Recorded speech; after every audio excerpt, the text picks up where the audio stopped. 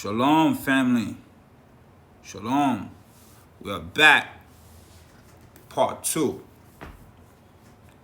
Where else did Jesus go, family? Why did he go to Britain? Why did Yahushua went to Britain? We don't know how many times he went, but we know he went. We also know he went other places, but where? We'll get to that. But I have another missile for you today. Something to think about, beloved. It's gonna put to question everything you learn about the original place of the Holy Land over there. You've been taught that the Holy Land is in Jerusalem. I don't know much about that place, to tell the truth. I can't really elaborate. All I know is this, that in the Bible it is written that the Holy Land is in Jerusalem. And you have the Ish over there fronting like they're the holy people, they're the people of God, but they're not. You know how the scripture goes. And they are of the synagogue of Satan. They are the Ish. They're not the people, not by a long shot. We are the ancient covenant people. We are the Anglo-Saxons. The sons of Isaacs, Abraham, Isaac, and Jacob. We are they. The Hebrews.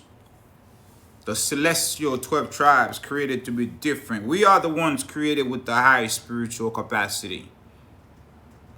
We are whom? We are they whom the Most High is seeking. Lover of wisdom. Yahushua. Who was this Yahushua?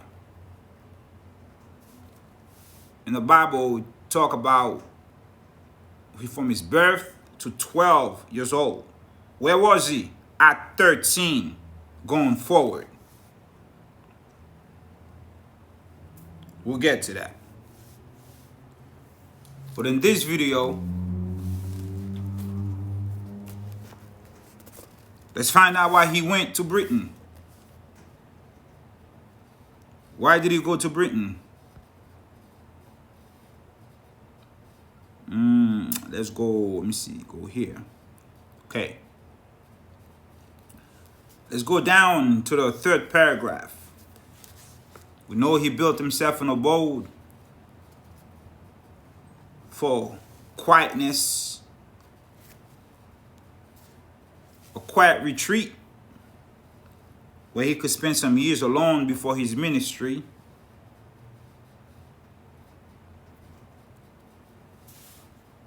So deductive reasoning will tell us that he went back as often as he could. Since he had a residence there, he was a resident.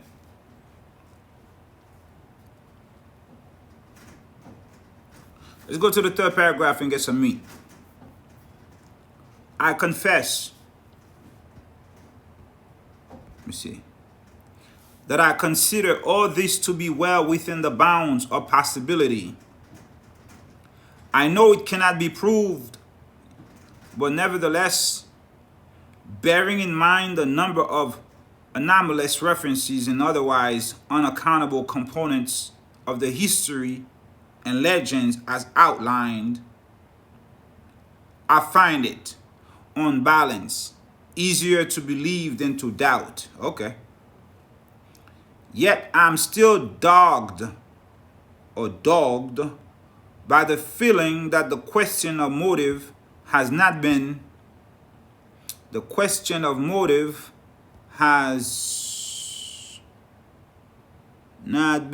me see what page is this on. The question of motive have not been established. So let me just put that word right there, because I know that's what's probably coming up next. Let me see. Where was this? Right there. The question of motive has not been fully answered. he may indeed, Yahushai, may indeed have come to Britain because his guardian was a wealthy Jewish procurer. That is talk about Joseph of Arimathea, his uncle. His guardian was a wealthy Jewish procurer of industrial metals for the Roman Empire. Yahushua may also have been attracted by the beauty and peace of Glastonbury and decided to go and to retreat there, worshiping in a DIY chapel. But was that all? Was Glastonbury only a center of trade, or was there something else? Was Glastonbury the focus of spiritual world as well? Remember now, when he went back after he traveled from the land beyond the heavy sea, salt sea, he returned to Jerusalem commending. He was confident. He was stern. He was intelligent. He came back different.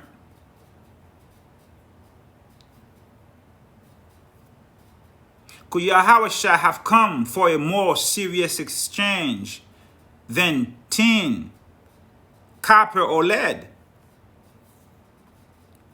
Did Yahushua come to Britain not to be alone, but to share with the leaders of the old religion in Britain? Did he come to meet the Druids?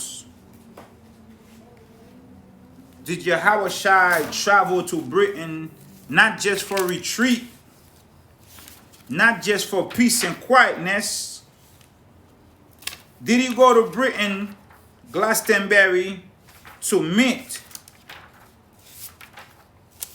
the Druids? Let's keep going. For him, it is not enough that Yahushua came to retreat, study, and meditation. There was a deeper reason. Yahushua went to Britain. Sissy Dobson is saying there was a deeper reason, not just for retreat and peace and shalom. No, he went to Britain to meet the Druids. There was a deeper reason. It was for Druidism. Yahushua the Druid. He went for Druidism.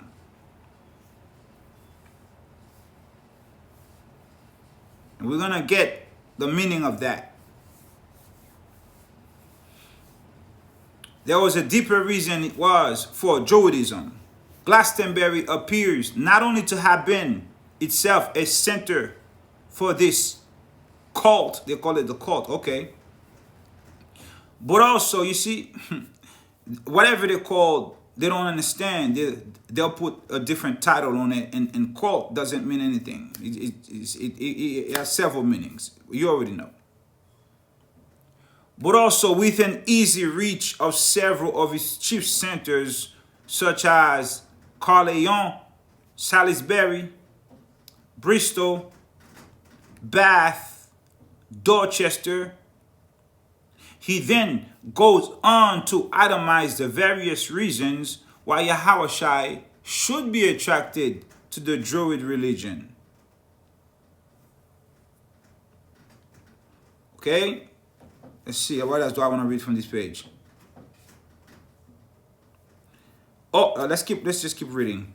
All that he says is taken from the Rev. R.W. Morgan's St. Paul in Britain, in which he presumed the presumed doctrines of Druid theology are presented in detail. To summarize, he makes 11 points. C.C. Dobson is making 11 points why Yahushua may have gone to Britain in addition for peace and shalom, a retreat spot. 11 main points.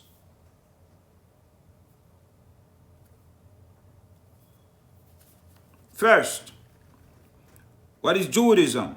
Druidism is an ancient, reputable religion as exemplified in the tried three duties of every man. So Druidism is an ancient, reputable religion. All right, let's get a little bit more on Druidism. Coburn. Let's go to the Coburn. Page 396. I don't know if I took a picture of that. Let me see. Coburn, page 396. Let me see if I took a picture of that for you guys. Coburn. Okay, I did. Coburn, page 396. Let's read on Druidism. It is said that there were two classes of Druids. It is said there were two classes of Druids. The Dryaons, who were masters of medicine and divination, and the Druthen, who were superior and gifted with twin sight and magic. They were superior and gifted with twin sight. That means they could see into the spirit realm and magic. So, two classes of Druids. Or Druids mean priests. That's the original meaning of Druids. Druids are priests, okay? So on top of it, I put the meaning of a Druid. A Druid is a priest. So there were two classes of Druids or two classes of priests. The Dryaons or the Dryaones, they were the masters of medicine, right? So now, ancient doctors, these are ancient practitioners, physicians, holistic medicine and whatnot, ancient. So now that already debunked the fact that they had whoever that they said was the father of medicine. Get out of here with all that. That goes way back.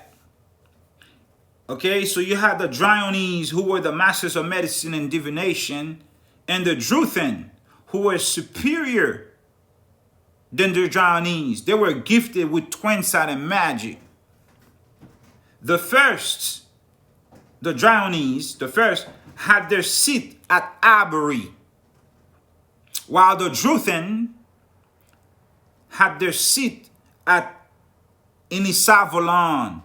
So this is where they resided. The first, you could find the Dryaones at Aberi, and you could find the Druthen at Enisavolon, like Avalon, Enisavolon, the island of indestructible apples.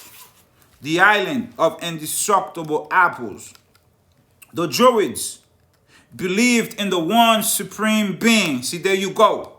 So when you hear the word Druids, don't think it's something bad. No, Druid mean a priest. And their belief was in the one true God. I remember now, we just read, let me see. Let me go back here. We just read, the Druid is an ancient, reputable religion. It's an ancient, reputable religion, and they believe in the one supreme being. That's the all-merciful Father, the great I am, loving kindness. That's Yahweh. But also, the Druids held that there was a body of lesser beings. They believe in a fairyland of nature spirits. Now you have the Ekedoshois now. They believe in a fairyland of nature spirits. Mother Nature, the Ekedoshois, which manifested to mortals. See, the Ekedoshois that manifest to us. We are built. Our created purpose are built with their created purpose. We're supposed to speak the language of the Ekedoshois. So now you know this is ancient. It goes way back. All happenings were motivated by an interplay of unseen rays from the source. Therefore, the running of a hare, flight of birds, fall of leaves, patterns in the sand, the sound of waters were meaningful. Everything has harmony. everything goes back to the one source, the one supreme being. I want to read you a little bit more about the Druid before I go into the meat. Their 7 deadly sins were, the Druids believed that there were 7 deadly sins, and they were this: hypocrisy, theft, cowardice, fornication, gluttony, indolence, extortion. You see, that's analogous with the Bible. You could find hypocrisy. Yahweh would always call people hypocrites. Fornication. Moses says, none such shall inherit the kingdom. No fornication. Either sexual fornication or spiritual fornication. They were against that. Extortion. Gluttony. That's a demon right there. Theft. Thou shalt not steal. That's your 10 commandments. Your 10 guidances of happy living right there. Above all precepts were the 3 manly qualities. The 3 manly qualities they believed in were honor, courage, and manliness. Now you understand now, when we go back to page 388, when Iliad went to Glastonbury to build a church, the brave Caradu, which was a great battle king of the Britons, he was the leader of fighting men such as will never be seen again. He was a great warrior. And the great Caradu said this. Well, Iliad said this, that the greatest wrong a man can commit against another man is the betrayal of a friend. The betrayal of a friend is the greatest wrong a man can commit against another man. So the Druids, they honored honor, courage. The great Caradu was courageous. Yahweh was courageous. Yahweh was honorable. Yahweh was a true man. So the Druids have 3 manly qualities, which are honor, courage, and manliness. And they have 3 womanly qualities for you ladies: decency, decorum, and chastity. Remember, the Most High delights in the chastity of women. So remember, it is an ancient religion, and they believe in the one supreme being. So it makes sense that their teachings and their beliefs would be analogous, would be parallel, would be the same as what we believe in the Bible. They believe in the same thing. They just went a little bit deeper than us. So for the women is decency, decorum, and chastity, which every woman should have, and everybody should be teaching their daughters to have decency, decorum, and chastity, to be chastity. I have some lessons on that already. But check this out. There were female attendants in the temples of the Druids, but there were no female Druids. They didn't believe in a female Druid, which is a female priest, which actually is not what Yahweh taught. In the final testament of Jesus Christ, in the sealed portion, Yahweh ordained women to be priests. It was okay for women to be priests, to teach the gospel. He gave them authority to do that. He ordained those women in secret. Why? Because the Levite priests were so steeped in tradition, they would cause a lot of issues for the women. To protect the women, to protect the ladies, Yahweh ordained them in secret, but would send them out to preach the gospel, to heal the sick. That was different for the Druids. The Druids had no female Druids. The Druids who taught, see, there's different classes of Druids. We told you about the 2 classes, the Druthans and the Drownees. But within the Druthan and the Drownees, there were those that also taught Druidism. The Druids who taught, or the priests who taught, the Druids who taught were called Nemids. Nemids, Nemids. there were wits who knew the secrets of nature, and these would not eat meat. They would not eat birds. Once every 3 years, there was a fire walking. Now, that's what I'm going to tell you about these Druids. So now, let's go back to the meat of this lesson real quick. So, Druidism is an ancient reputable religion as exemplified in the triad of the 3 duties of every man: worship God, be just to all men, die for the country. So they believe in a whole lot of stuff. I'm not going to read you the whole thing. So you see the page here, you could go ahead and take a picture of that and read that yourself. But let me take you to something though that's going to blow your mind. Everything you believe, you might have to question that right now. Listen to this. Let me see. Where does it start? Let me see. Page 57. Okay, hold up. Let me start from page 56. Let me see if I have page 56 up here for you guys. Let me read page 55, 56, and I'll come up with page 57. I didn't make a copy of page 56. All right, let's go with it. Blake had been strongly influenced by the... No, never mind. Let's just go to page 56, 57. Let's just go to page 57. Page 57, where you at? I believe it's this one. No. Page 57, there you go. Let me see. No, hold up. That's not page 57. Jacob Bryant. Page 57, where you at? All right, I found it right here. Page 57.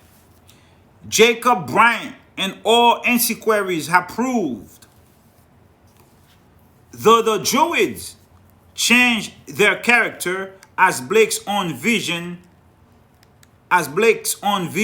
changed during the writings of the prophetic books between 1797 and 1804, they have their apotheosis in the context of his revolutionary discovery. Now, this is what Jacob Bryant is presenting now with all the evidence that he has with respect to Britain, Druidism, Yahushua traveling there. He said this: Britain was the original Holy Land. Now, let me let you think about that for a second.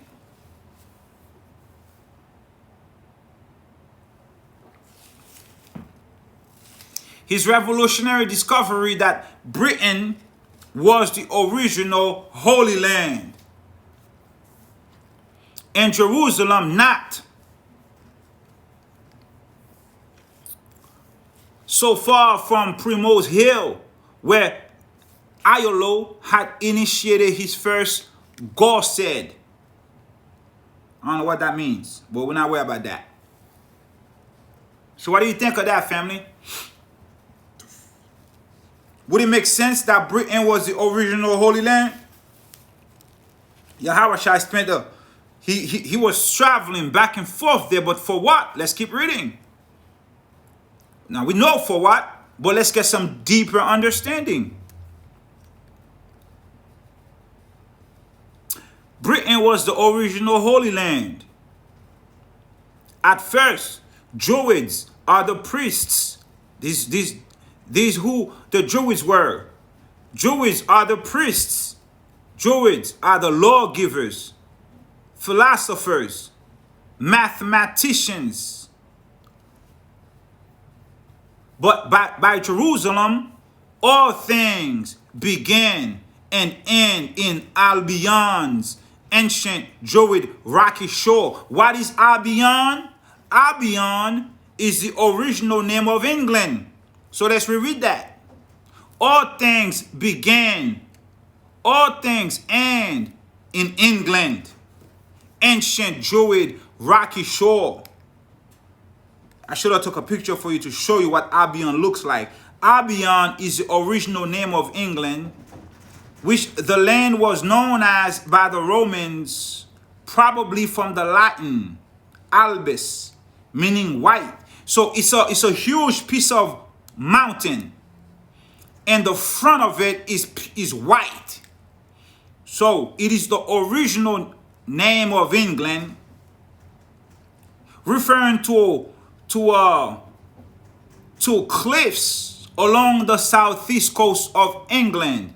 And they were all white. Those cliffs are all white. Albion. If you take Albion and remove one vowel and place it in another spot, you get albino. Swap N with O, you get albino. Albino is white. So Albion is referring to the original name of England. It's also referring to some cliffs along the southeast coast of England, which were white. Britain, the original Holy Land. The Druids were the priests, the lawgivers, the philosophers, the mathematicians. Now we understand why when Yahushua traveled from beyond the salt seas, he came back with such authority, because he had been in the presence of the Druids and he had learned mathematics, philosophy. He had learned the law. In addition, him having the Holy Spirit, already having this power in him, he went and learned from other men who had knowledge also, so he can prepare for his mission. They were the lawgivers, so he learned the law. He learned mathematics. He learned philosophy. It gets better, beloved. Let's keep reading. Was Britain the primitive seat of the patriarchal religion? Question mark. Was Britain the primitive seat of the patriarchal religion? Blake asked. And right away, he gave his answer. Patriarchal Druids originated in Britain and spread their doctrines far and wide, even to the oak groves on the plain of Mamre. Our ancestors, Blake is saying, your ancestors, he told his readers, our ancestors. I'm sure he was talking to a bunch of freaking Edomites, but whatever. But our ancestors, he told his readers, actually the Jews, derived their origin from Abraham, Heber, Shem, and Noah, which is true, who were Druids. Of course, they were priests. Now that you know what Druids mean, priest. Abraham, Shem, Noah, they were all priests. They all had the gospel, the word of the Most High. They all had power. They all were high priests. So let's get this straight. The Melchizedek priesthood is another word for Druidism. The Melchizedek priest is, the Most High just gave me this, y'all. This one just dropped in my head just now. This was not part of my lesson. The Melchizedek priesthood in Britain, they wouldn't say Melchizedek priest. They would say Druidism. Because is it a priesthood of power? I'm just saying. If it makes sense, let me know. If it don't make sense, it is what it is. Our ancestors were Druids. They were high priests. Shem was a high priest. Shem was a Druid. Abraham was a high priest. Abraham was a Druid. Noah was a high priest. Noah was a Druid. Yahushua was a Druid. The Melchizedek priesthood is after the order of the Son of God, which is Yahushua. He's the Melchizedek priesthood CEO. He was a Druid.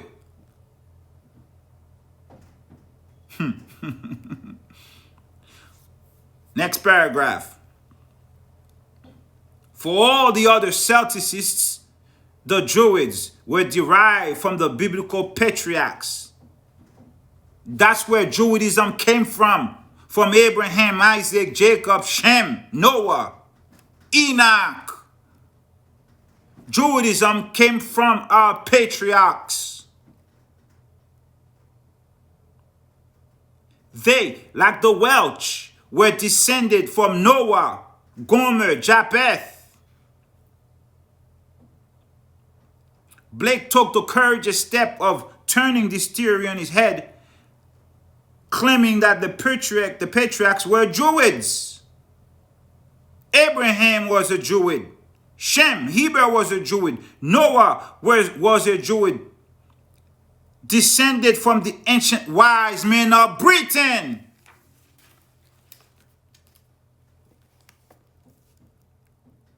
It was Britain, he claimed, not Canaan, that was the primitive seed of the patriarchal religion. Britain, the original Holy Land.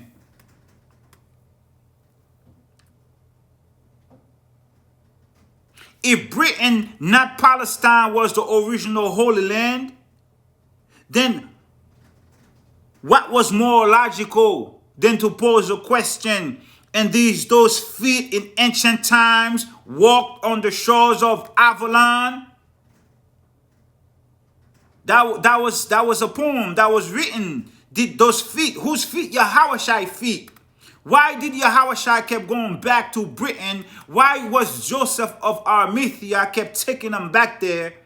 And why did he return himself and built himself an abode? You never read anywhere that he built himself an abode in Jerusalem. No, he went and built himself a house in Britain. Why? Because he knew.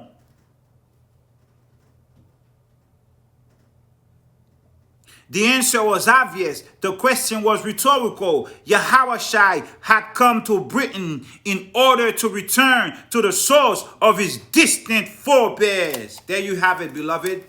He went back home. He went back home because Abraham, Shem, Noah, Enoch, all of them were Druids.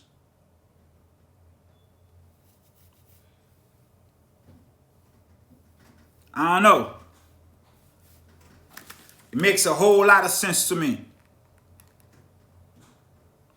Yahushua went there to the original Holy Land, Britain, not Jerusalem. No, other ships he does have. He has now this line that we read from the Book of Mormon and from other books. That, like he says, other ships that he has to go and bring them back into the fold. He has ships everywhere. He came to America. He went to Britain. He went to Jerusalem. Where else did he go? Now you have this information in front of you now.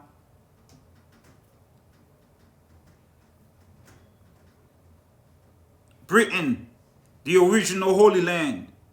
Everything starts and ends in England. Albion, the original name for Britain. Abraham, Shem, Noah, Heber were descended from the ancient wise men of Britain. It was Britain, not Canaan. That's the primitive seat, the old ancient seat of the patriarchal religion. If Britain, not Palestine, was the original Holy Land, then what was more logical than to pose a question? Those feet in ancient time walked the shores of Avalon, which is Yahushua. The answer was obvious, rhetorical. Yahushua had come to Britain in order to return to his source, the source of his distant forebears religion. Beloved, there you have it. A little bit more meat for you.